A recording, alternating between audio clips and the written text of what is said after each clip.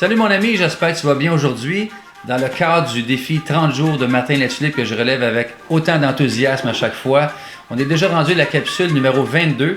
Aujourd'hui, j'ai quelqu'un que j'ai rencontré récemment par un hasard à travers Facebook, Mario Villeneuve, qui est un psychothérapeute TCF, c'est-à-dire thérapeute conjugal familial, mais aussi c'est un artiste. J'ai vu quelques-unes de ses capsules, on est avec Maxime Martin, Annie Brocoli. C'est un gars que je trouve vraiment génial. J'ai vu son concept qui pourrait nous partager un peu dans la conversation. Pour aller directement dans le cœur du sujet, mais avant, je vais vous présenter d'abord comment ça va mon cher Mario aujourd'hui. Bonjour Perry, ça va très bien, je suis content d'être là. Good. Merci de ton invitation, ça me fait plaisir de participer à tes capsules. Alors, je suis vraiment content d'être là avec toi aujourd'hui. Ben, merci. Puis tantôt, on partageait justement dans le cadre des hommes s'expriment, les hommes d'aujourd'hui, on partageait à quel point l'importance que les hommes s'expriment, qu'ils sortent un peu de leur tanière, qu'on sorte de notre isolement, puis qu'on connecte avec nos émotions. Toi, Mario, si on retourne, je sais que c'est une date quand même pas fatidique, mais une date choc pour toi. Le 1er mai 2014, je pense qu'il y a eu un gros tournant dans ta vie. Tu as été marié 25 ans. Et puis là, tu apprends que ta femme te laisse, te quitte le 1er mai 2014. J'aimerais que tu nous partages un petit peu ce grand défi, je dirais, dans ta vie. Oui, d'autant plus que c'était la deuxième fois que je le vivais. Oui. J'ai vécu il y a très longtemps avec la perte d'un premier enfant, mais OK. Ça avait été difficile, mais cette fois-ci assez percutant parce que je m'y attendais pas, non pas parce que j'avais les deux yeux fermés. Je savais très bien que dans le couple, là, on traversait quelque chose de pas facile. Mm-hmm. Mais le choc, c'est après 3 rencontres en thérapie de couple où elle dit non de façon catégorique, il n'y a rien à faire. Elle veut mettre fin à la relation à tout prix. Alors, ça a été ça le choc. C'est pas que je savais pas que le couple marchait pas sur des roulettes depuis quelque temps. Le choc, c'est que jamais, je m'y attendais que... Tu n'as pas vu venir? Non, absolument pas. Moi, de par ma formation de thérapeute de couple, Ouais. pour moi, après 25 ans, surtout que ça avait été 25 ans, ça n'a pas été 25 ans là, de souffrance, de violence, tu sais, pas du tout. Alors, pour moi, c'était simple, ça faisait partie maintenant de mes croyances. On va chercher de l'aide, puis on va passer à travers ça, puis on va grandir, c'est tout. T'es pas tombé dans qu'est-ce que j'ai fait de pas correct ou pourquoi que ça m'arrive tout d'un coup, parce que tu vois pas ça venir, évidemment, fait que tu as toutes sortes de questionnements, tu as sûrement vécu des émotions. Qu'est-ce qui s'est passé après ça, là, dans les semaines ou les mois qui ont suivi? C'est sûr que les étapes du deuil sont là, hein. Le choc a été là longtemps. Ouais. La négation a été là longtemps. Je te dirais que pour avoir fait déjà dans le passé, moi, une dépression majeure il y a une dizaine d'années, Ouais. j'étais assez vulnérable à ça. Je suis tout de suite allé chercher de l'aide, ça c'est clair parce que c'est acquis pour moi depuis plusieurs années que c'est important quand on a besoin. Ouais. Mais tout de suite est revenu les idées suicidaires. Ah ouais. Tout de suite. Sans plan réel. Mais j'étais complètement anéanti. Complètement. Je me retrouvais seul, je pleurais. Et puis, j'ai eu du soutien. J'ai été chanceux, mais à un moment donné, le soutien s'est distancié petit à petit parce que la souffrance, elle est difficile à porter par nos proches, nos familles. Hein. Puis c'est confrontant, puis des fois ça fait peur parce que c'est pas qu'il y a une zone qui sont familiales justement, fait que ça éloigne effectivement des gens. Donc Tu as suivi, tu es allé chercher de l'aide, tu es allé consulter. Ça a pris combien de temps avant que tu te relèves et tu dises, bon, ben, je commence à me sentir mieux? Y a-tu une période de transition? Là? Comment est-ce que ça s'est passé? Ça a été très long parce que, effectivement, au bout de quelques mois, mon cerveau étant épuisé, ben voilà, je me suis retrouvé face à, encore une fois, la maladie. Okay. Et puis, cette fois-là, j'ai dû être hospitalisé. Okay. Alors, j'ai été 6 semaines à l'hôpital. Et puis, ça s'est pas déroulé exactement comme, comme on l'aurait souhaité. Okay. Il y a eu une tentative de suicide de ma part après avoir essayé un médicament qui, de toute évidence, m'a vraiment pas fait. Et puis voilà, je pense que c'est un petit moyen grand miracle qu'on m'a retrouvé dehors. Où personne ne devait me retrouver, mais il y a quelqu'un qui m'a retrouvé. Et puis, à partir de là, ça a été le cheminement de gravir une montagne énorme. Petit à petit, un pas à la fois. Petit à petit, c'est ça. Après avoir tout perdu et puis se retrouver toute seule en chambre. Moi, j'étais fier de ce que j'avais bâti. On avait une belle maison à la campagne, etc., etc. Alors, du jour au lendemain, j'ai plus de maison, j'ai plus de femme, plus de conjointe. Même si mes enfants sont des jeunes adultes, il en reste 2 à la maison. Je les vois plus le matin quand ils partent, je les vois plus le soir quand ils arrivent. Mm-hmm. Alors, ça a été... c'est dévastateur. Oui, tout à fait, tout à fait. Ouais. Je te dirais que là, ça va beaucoup mieux depuis les quelques derniers mois, 3-4 mois, je dirais. Good. Mais je suis pas remis à 100%. Comprends. Encore. Ouais. J'apprécie ta présence, puis tu es en vie. C'est un privilège. Je suis content de t'avoir avec nous aujourd'hui. C'est le fun. Oui. Effectivement. Puis, parle-moi donc, là, maintenant, par rapport à ton ex, la mère de tes enfants, vous êtes quand même en bon terme. Je veux dire, c'est la mère de tes enfants. Est-ce que vous voyez encore ou... Non, on se voit plus ou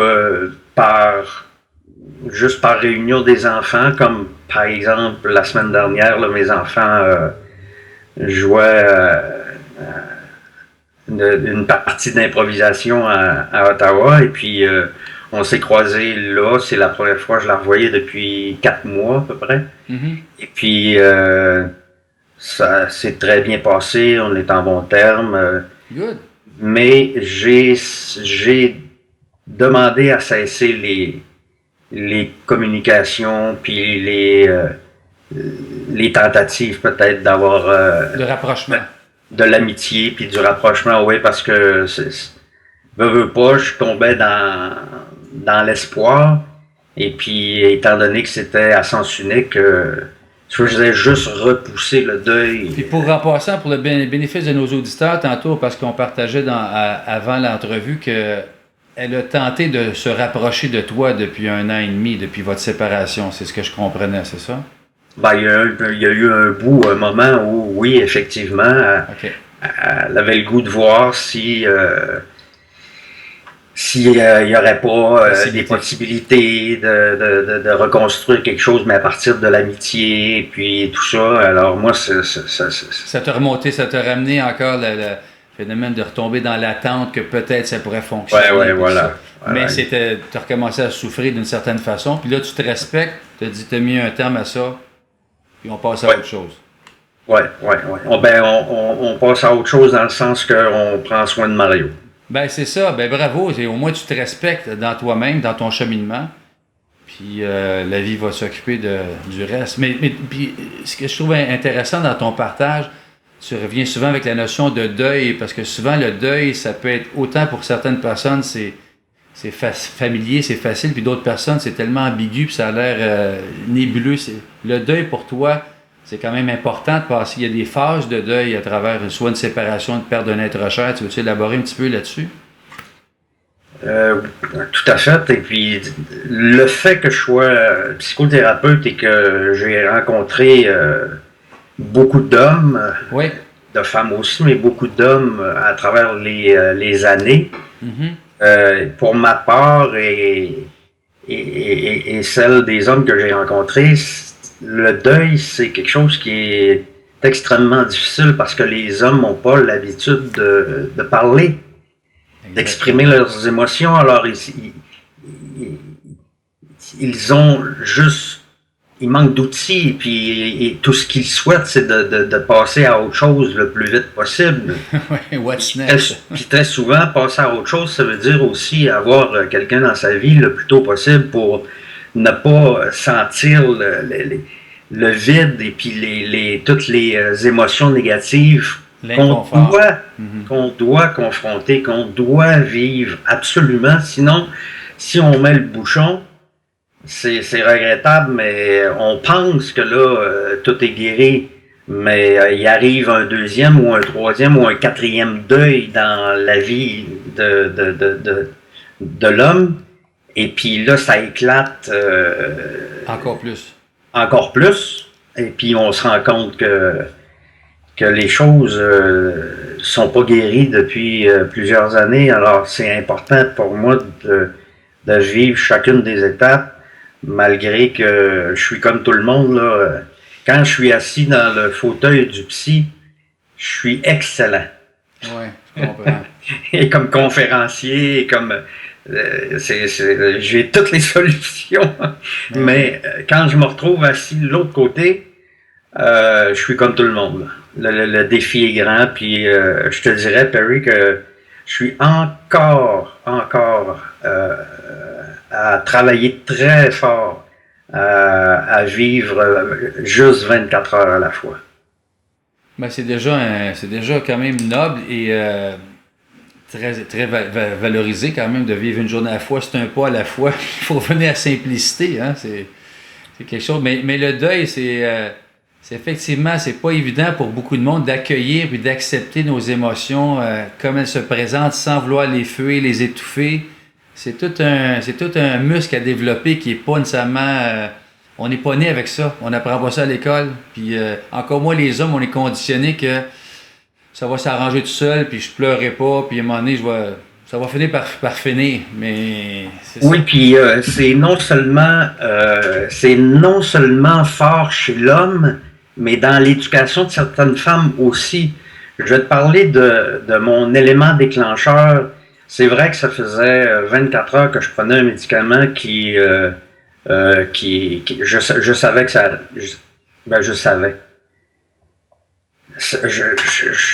Ça allait vraiment pas, là. Ça l'a empiré toutes mes idées suicidaires, puis ma noirceur, etc., etc.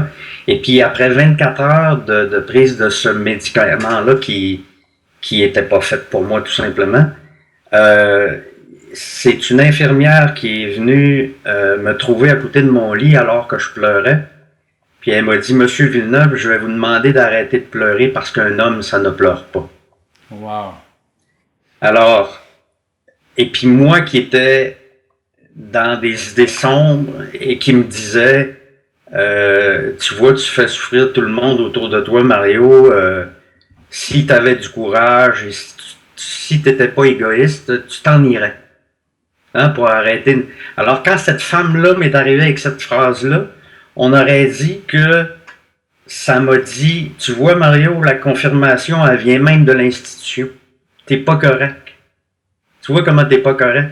Eh boy, c'est tellement révélateur ce que tu parles là en ce moment. Puis dans le fond, c'est même pas de sa faute, c'est tout le conditionnement qui, même j'entends, en tout cas, bref, c'est un autre débat là, parce que on pourra en parler longtemps, mais effectivement, il faut juste se repositionner les hommes, puis c'est pour ça que ce défi-là m'interpelle beaucoup. Pas pour qu'on tombe toujours dans l'espèce de mélodramatique, mais au moins qu'on puisse s'exprimer notre vulnérabilité, autant les hommes que les femmes. Puis les femmes, rapidement aujourd'hui, ont acheté depuis une dizaine d'années dans leur leadership que la vulnérabilité n'avait plus sa place dans les bureaux, dans l'entrepreneuriat, Puis aujourd'hui, on essaie de reconnecter avec la vulnérabilité, autant les hommes, autant les femmes. En tout cas. Ouais, c'est pas facile. On pourra en parler longtemps. Mario, je vais être obligé de clore pour le bénéfice de nos auditeurs actuellement, mais on pourra en parler vraiment longtemps. Puis je trouve ça tellement riche. Merci infiniment de ton authenticité, Mario, d'avoir pris le temps. C'est vraiment inspirant ton parcours. Je t'encourage à continuer une journée à la fois, comme on fait tous en ce moment dans nos vies respectives. Une journée à la fois, un pas à la fois, mais d'oser s'exprimer, de sortir de notre isolement, puis d'exprimer les hommes. Ouais. Merci beaucoup, Mario. Ça m'a fait un grand plaisir. Je salue tous les hommes qui regarderont cette capsule-là. Lâchez pas, les gars. On est fait pour vivre et on est fait pour être heureux. Et puis, ne vous gênez pas pour vous ouvrir, aller chercher de l'aide. C'est essentiel. Ça me touche beaucoup. Merci, Mario. Merci nos auditeurs. Si vous avez des commentaires, ne vous gênez pas. J'aimerais vous entendre pour interagir avec vous, partager la capsule. Puis on se dit à la prochaine capsule. Merci beaucoup.